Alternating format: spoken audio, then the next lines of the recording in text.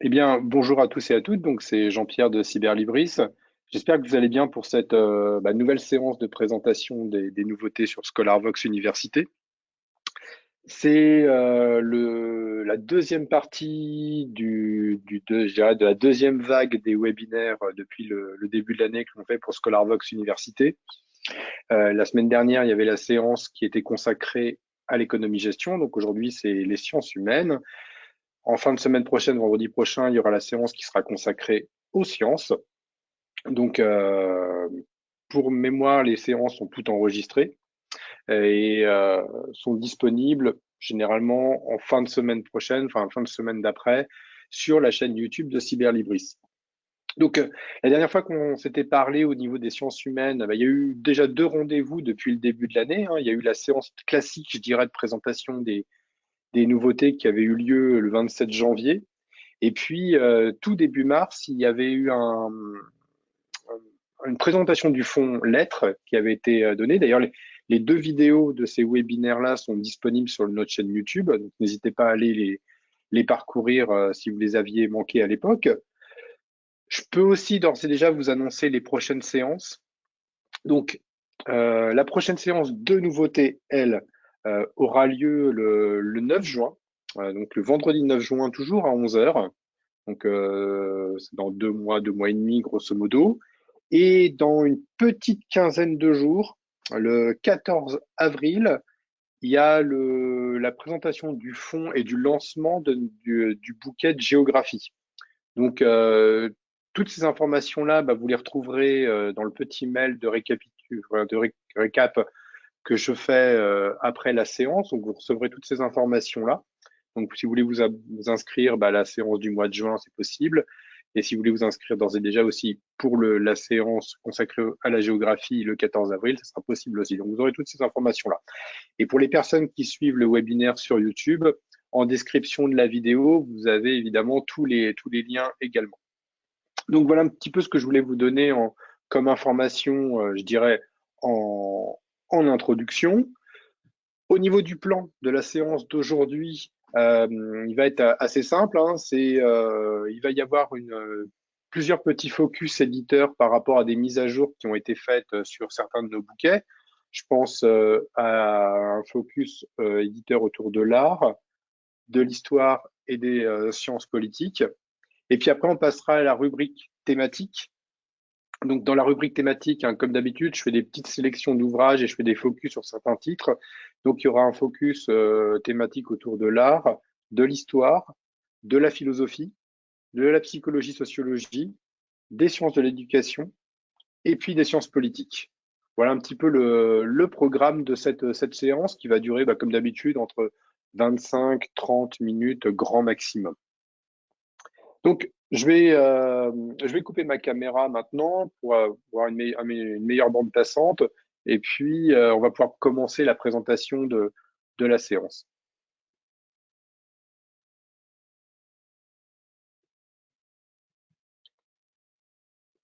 Alors, pour cette première partie, j'ai fait un petit focus en art autour des productions du CNRS.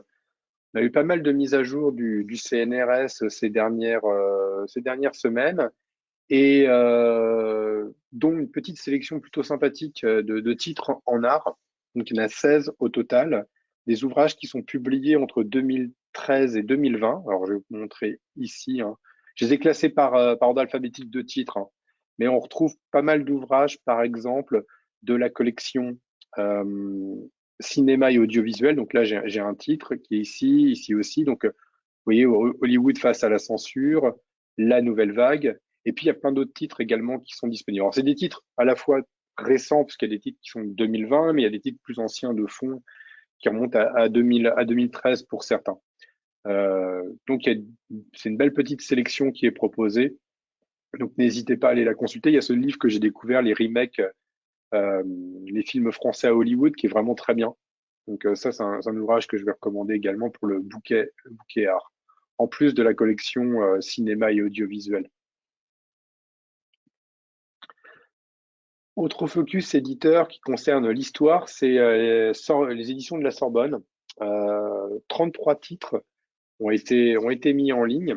Donc 33 ouvrages, alors pareil, publiés entre 2015 et 2022. On retrouve pas mal de collections, hein. On retrouve la collection d'archéologie qui s'appelle Archéodoct, la collection aussi Hommes et Société, et puis Bibliothèque, Histoire des pays d'islam aussi parmi les collections qu'on va retrouver dans cette sélection. Donc là, je vous montre rapidement quelques titres. Alors tout ça, c'est des ouvrages de la collection Bibliothèque historique des pays d'islam qui sont ici, mais il y a des autres collections qui sont disponibles.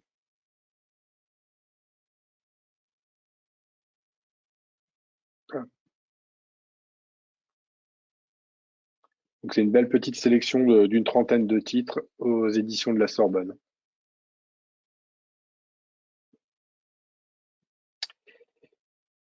Et je vais finir par un gros morceau pour cette partie focus éditeur. C'est au niveau des presses universitaires de Rennes, une grosse sélection de mises à jour en sciences politiques, 100 titres pile poil, tout rond. Donc ils sont tous là. Donc parmi les collections principales qui ont été mises à jour, on retrouve Res Publica par exemple, géographie sociale aussi, qui sont à retrouver dans les titres. Donc toute la sélection est ici. C'est une sélection qui est énorme, donc qui est disponible. Alors ce que je vous ai pas dit, c'est que c'est des ouvrages qui sont publiés entre 2013 et 2023 qu'on va retrouver dans cette sélection. Donc j'imagine qu'il y aura des choses qui vous intéressent. Alors, elle est énormément représentée évidemment cette sélection par la collection Res Publica. On avait quelques titres auparavant, mais là on a fait avec cette grosse mise à jour, on a pu enrichir les ouvrages de cette collection qui nous manquaient. Pareil, je les ai classés par ordre alphabétique de titres, hein. Donc comme il y en a une centaine, je ne vais pas tous vous les présenter, mais vous irez voir évidemment les liens que je vous communiquerai pour repérer des titres qui peuvent vous intéresser. Alors je vais passer sur mes petites sélections thématiques maintenant et je vais commencer par l'art. Et comme d'habitude, j'ai fait une sélection de 6 ouvrages et je vais m'attarder sur 2 d'entre eux, sur lesquels je vais faire un petit focus. Et le premier sur lequel je vais m'attarder, qui est publié chez Leitmotiv, c'est celui-ci. C'est avec John Cassavetes de Quentin Victory Lédier. Euh, alors, Quentin Victory Lédier, il est professeur de lettres modernes, mais il est également auteur d'essais sur le cinéma. Donc, il a publié plusieurs ouvrages déjà sur le cinéma, et donc des ouvrages qui étaient déjà publiés chez Leitmotiv. Et cet ouvrage m'a intéressé parce que c'est un focus autour de la filmographie de John Cassavetes, assez particulier, parce que finalement, l'auteur, plutôt que de faire une filmographie plutôt classique, il a voulu rendre hommage à ce grand réalisateur et acteur américain qui a disparu il y a plus d'une trentaine d'années maintenant, c'était en 89. Il a fait une rétrospective de sa filmographie sous forme d'anecdotes personnelles. Donc c'est ça qui qui fait un peu le sel de cet ouvrage, c'est qu'il parle de lui, l'auteur, et sa relation avec ce cinéaste et comment il a découvert sa filmographie, comment il l'a interprété. Il y a des passages excellents comme quoi il a découvert John Cassavetes via Pedro Almodovar, par exemple. Euh, on retrouve pas mal d'anecdotes autour d'une femme sous influence, Opening Night ou encore Gloria, par exemple, parmi certains des films les plus connus de John Cassavetes. Donc, c'est un petit ouvrage que je vous recommande qui va, je pense, intéresser des étudiants en cinéma. Alors, autre titre qui a retenu mon attention pour la partie art, c'est cet essai. Enfin, c'est pas un essai, hein, pardon, qui est plutôt un travail qui a été fait sous la direction de plusieurs profs. C'est La musique a-t-elle un genre? C'est publié aux éditions de la Sorbonne. Donc, l'ouvrage a été fait sous la direction du prof de musicologie à l'université de Saint-Étienne qui s'appelle Alban Rameux et sous la direction également de Mélanie Travessière, qui est historienne et enseignante-chercheur à l'université de Lille. Et sous ce titre, La musique a-t-elle un genre? Les 2 auteurs, et via une quinzaine d'autres auteurs, hein, ils font un état des lieux justement sur. Les auteurs s'interrogent sur la place des femmes dans la musique. sur la répartition dans la musique entre le masculin et le féminin au niveau du choix des instruments, et sur la reconnaissance des femmes compositrices. Alors, l'ouvrage est découpé en 16 chapitres et il est plutôt très bien fait, très intéressant. On est sur un ouvrage qui va être à la frontière des genres, hein, parce que, sans faire de mauvais jeu de mots, puisque j'aurais pu le mettre en musique comme j'aurais pu le mettre en art, comme il aurait pu être en sociologie aussi également. Donc un ouvrage que je vous recommande, qui est publié aussi aux éditions de la Sorbonne. Donc pour la partie art, parmi la sélection proposée, vous pouvez retenir Avec John Cassavetes, et puis La musique a-t-elle un genre? Et puis vous retrouverez aussi les autres ouvrages que j'ai retenus aujourd'hui. Celui sur Gary Grant est très bien. J'ai hésité entre Gary Grant et Cassavetes pour vous parler de cinéma, mais j'ai opté pour John Cassavetes. Autre petite sélection, c'est en histoire. Donc même chose, hein, j'ai sélectionné 6 titres et je vais m'attarder sur 2 d'entre eux. Et le premier que j'ai retenu et publié chez Erol, c'est le négationnisme, histoire, concept et enjeux internationaux. L'ouvrage a été écrit par Stéphanie Courable-Cher, qui est historienne et spécialiste des questions autour du négationnisme. Et dans ce livre, on est dans un livre de vulgarisation d'une part, mais pas que, parce qu'il y a des choses assez pointues dedans. Et l'auteur revient dedans sur qu'est-ce que le négationnisme, les différences qu'il existe avec les courants entre guillemets révisionnistes, quelle est la rhétorique négationniste, euh, comment elle falsifie l'histoire, les différentes tendances qui existent. Donc évidemment, c'est un courant dans lequel on retrouve beaucoup de beaucoup de tendances dedans. Et quelles sont les solutions pour lutter contre le négationnisme, justement. Donc c'est un ouvrage qui est très bien, qui se base sur la méthode scientifique, évidemment, pour contrer justement toutes les théories négationnistes. Et c'est un ouvrage que je vous recommande, qui est très bien fait. Enfin, moi, j'ai découvert plein de choses dedans. Ça m'a vraiment intéressé, à titre personnel. Donc, c'est un ouvrage que je vous recommande, qui est d'ailleurs, qui est dans mes coups de cœur, d'ailleurs, des livres que je vous présente aujourd'hui. Autre titre que j'ai retenu, il est là, c'est La Grande Mer, une histoire de la Méditerranée et des Méditerranéens. C'est de David Aboulafia, pardon, qui est professeur émérite d'histoire à l'université de Cambridge. Et là, c'est un véritable trésor, cet ouvrage, parce que déjà, il est énorme, il fait plus de 1000 pages, il fait 1100 pages. Et à travers cet ouvrage, l'auteur revient sur plus de 20 000 ans d'histoire de la Méditerranée et des peuples qui ont vécu autour de la Méditerranée. Donc, il revient dedans, évidemment, sur toute la préhistoire, hein, d'une part, et sur tout le développement du bassin méditerranéen. Donc, tout y passe dedans, hein. Évidemment, il y a les Grecs, il y a les Romains, mais pas que, hein. Et on découvre toute la diversité des ethnies, des langages, des religions et des systèmes politiques qui ont jalonné l'histoire de la Méditerranée. Donc c'est un ouvrage très complet, qui est vraiment très bien fait, euh, qui va passionner, je pense, plein de gens. Enfin, moi, je l'ai bouquiné, je l'ai feuilleté, il y a des passages que j'ai trouvé excellents. Donc, c'est un ouvrage que je vous recommande, qui est publié aux Belles Lettres, si je ne vous l'avais pas signalé. Donc pour la partie histoire, parmi la petite sélection de 6 titres, vous pouvez donc retenir Le négationnisme, publié chez Erol, et La Grande Mer, une histoire de la Méditerranée et des Méditerranéens, publié aux Belles Lettres. Alors j'ai fait aussi une petite sélection de philosophie, et en philo, j'ai retenu 6 titres, et je vais vous parler de 2 d'entre eux. Et le premier sur lequel je vais m'attarder, c'est Apprivoiser la mort au XXIe siècle, enjeux philosophiques, perspectives scientifiques et sociales. Alors, l'ouvrage a été fait sous la direction de Sylviane Malinowski-Charles, qui est professeure de philo à l'Université du Québec, et Alexandra Guité-Verret, qui est doctorante en psychologie à l'Université de Québec de Montréal. Donc, l'ouvrage est publié aux presses de l'Université de Laval, si je ne vous l'avais pas précisé. Et cet ouvrage, c'est justement penser la mort aujourd'hui, tout simplement. Comment on la pense, comment on a apprivoisé la mort qui approche, qu'est-ce que le corps mort, Que pouvons-nous encore dire de la mort au XXIe siècle? Quel sens donner à la souffrance qu'elle fait naître chez l'individu de nos jours? Et comment est géré d'un point de vue philosophique, mais aussi scientifique? Parce que pareil, cet ouvrage est à la frontière des genres, la mort qui surgit dans nos vies. Voilà, c'est ce qu'on va retrouver dans cet ouvrage qui est bien fait, qui est une belle étude autour de la mort et un état des lieux sur ce qu'elle représente aujourd'hui dans nos sociétés.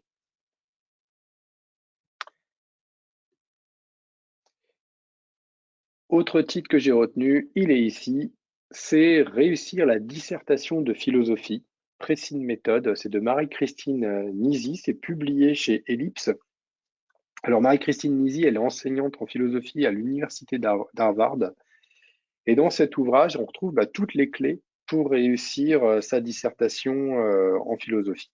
Donc l'ouvrage est découpé en deux grandes sections, deux grandes parties. D'une part, c'est comprendre l'anatomie de la dissertation pour construire un argumentaire sans faille, le plus fiable possible. Donc ça passe par l'analyse du sujet, des fameux développements en trois grandes parties, l'introduction, la fonction des chapitres, etc. Puis il y a des exemples de dissertation. Et l'autre grande partie du livre, elle, va être consacrée à optimiser sa préparation pour se donner toutes les meilleures chances au succès de sa disserte. Voilà ce qu'on va retrouver dans cet ouvrage, qui fait à peu près 150 pages, qui est facile à lire. Au niveau du sommaire de la construction du livre, c'est très, très clair. Donc je pense que pour des étudiants qui veulent travailler sur leur disserte de philo, eh bien, il y a toutes les clés qui vont être présentes dedans pour comprendre et l'améliorer au maximum.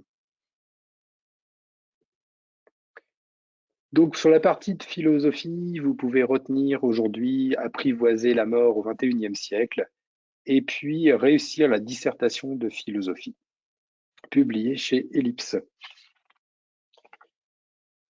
Alors je vais passer maintenant sur la partie psychologie, sociologie, et j'ai retenu 6 titres toujours, et je vais faire un petit focus sur 2 d'entre eux. Ça va être 2 bouquins de chez Ellipse dont je vais vous parler. Pardon. Le premier titre, c'est La sociologie pas à pas, auteur incontournable, méthode, application, entraînement. C'est de Jean-Michel Morin, qui est maître de conférence en sociologie à l'université Paris-Cité Université. Et donc l'ouvrage est découpé en 4 grandes parties. Il y a tout d'abord tout ce qui concerne les théories en sociologie, donc il fait un état des lieux sur les principaux auteurs de sociaux dans cet ouvrage. Donc on retrouve Tocqueville, Durkheim, Weber, Bourdieu par exemple. Ensuite, tout ce qui concerne la méthodologie, donc les méthodes d'enquête, les entretiens, les questionnaires, l'analyse par exemple, les différentes applications spécialisées. Donc on retrouve la famille, l'éducation, la politique, le travail, l'urbanisme, la religion. Là, je vous cite quelques exemples à chaque fois de points qui sont évoqués dans son ouvrage. Et puis des exemples de travail universitaire, comment rédiger un dossier, une évaluation, un rapport de stage, le commentaire, la dissertation, et puis comment développer également un projet de recherche en sociaux. Voilà ce qu'on va retrouver. Donc ça, cette grande partie, cette dernière partie concerne vraiment l'entraînement à la méthode de sociaux.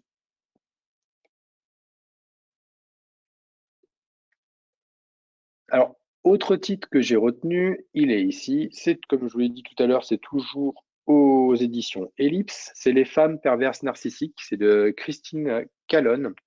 Alors, Christine Calonne, elle est psychologue. C'est une psychologue belge qui est spécialisée dans les questions de couple et notamment de manipulation au sein des couples. Et à l'instar d'essais qui peuvent exister sur les hommes pervers narcissiques, là, elle a fait un petit état des lieux sur les femmes perverses narcissiques. Donc, l'ouvrage est découpé en 100 questions-réponses. C'est comme c'est mentionné sur la couverture. Et l'ouvrage revient déjà sur les différences qui peuvent exister entre l'homme pervers narcissique et la femme perverse narcissique, les points communs, et puis après les particularités qui peuvent exister.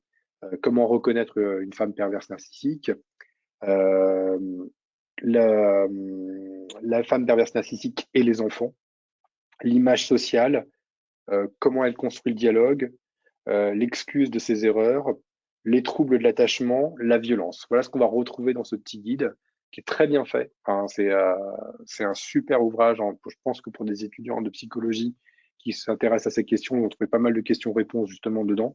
Donc, c'est un petit guide qui est bien fait, qui est bien construit. Il y a tout dedans. Alors, sur la question, euh, sur la partie psychologie, sociologie, vous pouvez donc retenir la sociologie pas à pas. Et puis, les femmes perverses narcissiques également. Puis, il y a tous les autres ouvrages, évidemment, que j'ai sélectionnés, qui sont aussi intéressants. Alors, je vais passer maintenant sur la partie INSPE, sciences de l'éducation, et j'ai sélectionné aussi 6 titres, et je vais m'attarder sur 2 d'entre eux. Et le premier que j'ai sélectionné, c'est le stress de la performance chez les jeunes. C'est de Germain Duclos, c'est publié aux éditions du CHU Sainte-Justine. Alors, Germain Duclos, il est psychoéducateur et orthopédagogue également, c'est un Canadien. Il revient justement sur toutes les notions de stress chez l'enfant et chez le jeune, chez l'adolescent aussi. Donc, comment se manifeste le stress chez l'enfant? Quelles sont les notions de performance? Comment elles se manifestent aussi?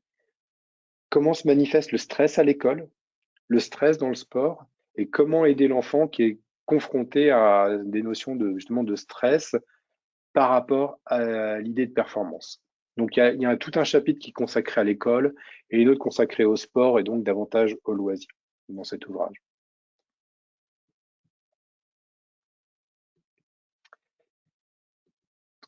Autre titre que j'ai retenu, c'est publié aux éditions de l'Université de Bruxelles, c'est l'inclusion scolaire, perspective psychosociale, pardon.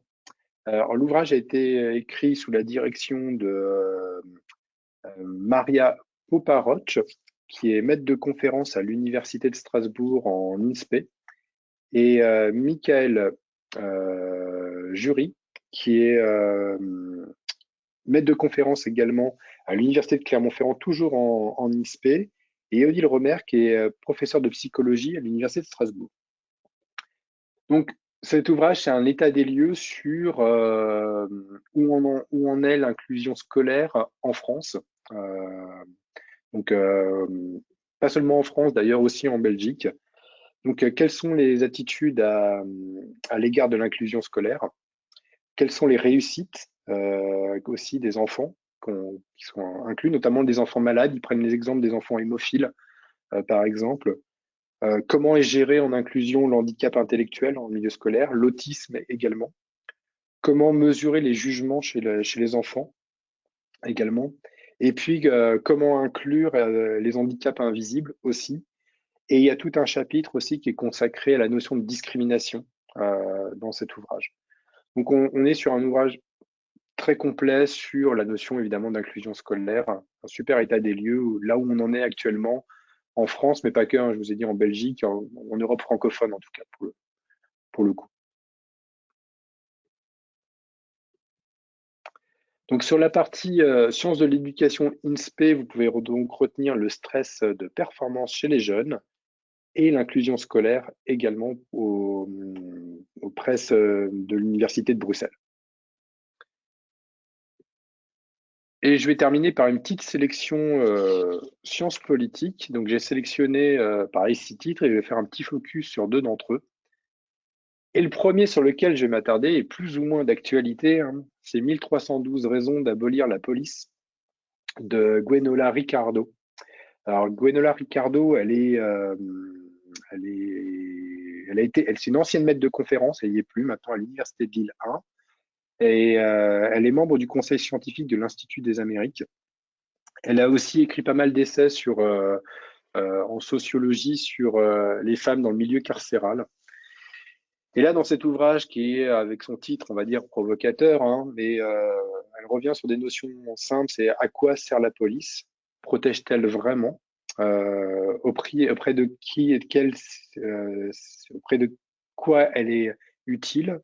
À quoi sert-elle vraiment?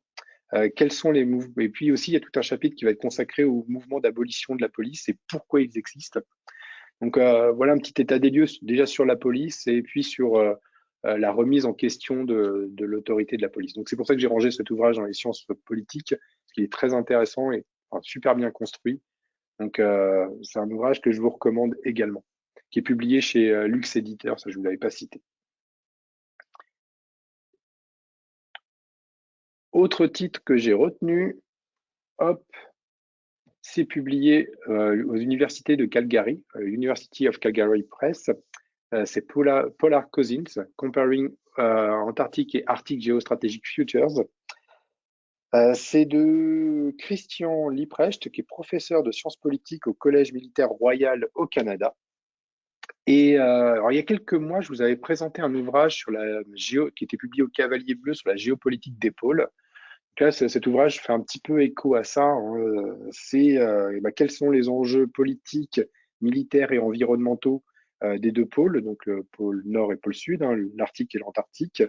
Quels sont les points communs aussi et les différences entre toutes les notions que je vous expliquais, hein, de géopolitique, militaire et environnementaux entre les deux pôles. Ça va être un ouvrage qui est construit en deux grandes parties. D'une part pour comprendre l'Arctique et d'autre part comprendre l'Antarctique. Donc l'ouvrage est en anglais, je ne vous l'avais pas précisé, mais il est vraiment très intéressant pour comprendre toute la géopolitique autour des deux pôles. Encore une fois, il fait écho à un autre ouvrage dont j'avais parlé il y a quelques mois, qui était la géopolitique des pôles, publié au Cavalier Bleu. Donc pour la partie sciences politiques, vous pouvez donc retenir les 1312 raisons d'abolir la police, et puis Polar Cousins, publié aux presses de l'Université de Calgary également. Voilà, j'ai terminé pour la présentation d'aujourd'hui. J'espère que ça vous a plu, que vous avez pu repérer des ouvrages qui vous intéressent, qui intéresseront également les étudiants ou les professeurs. Comme je vous l'ai précisé en introduction, vous allez recevoir dans la journée un petit mail récapitulatif avec toutes les sélections qui ont été montrées aujourd'hui. Vous aurez aussi le replay aussi du webinaire. Et la vidéo va être aussi également disponible la semaine prochaine sur la chaîne YouTube avec tous les liens en description. Autre point important, c'est dans 15 jours, le point sur le fond de géographie. Et puis le 9 juin, c'est ça, la prochaine séance de présentation des nouveautés. Je vous remercie de votre attention énormément. N'hésitez pas en retour de mail à venir me poser des questions, hein, si vous avez des questions sur le fond. N'hésitez pas en tout cas. Je suis là pour ça, donc n'hésitez pas. Et puis, je vous retrouve soit dans 15 jours pour la géo, ou soit dans 2 mois et demi pour l'autre présentation de nouveautés. Et puis, alors là, s'il y a des scientifiques parmi vous, le 20 avril, on a un webinaire qui est organisé avec EDP Science. On va envoyer les invitations dès la semaine prochaine. Voilà. Voilà, je termine là-dessus. Je vous remercie beaucoup. Je vous souhaite une bonne journée et puis je vous dis à très bientôt. Puis je vous souhaite aussi de belles lectures sur ScholarVox. Au revoir.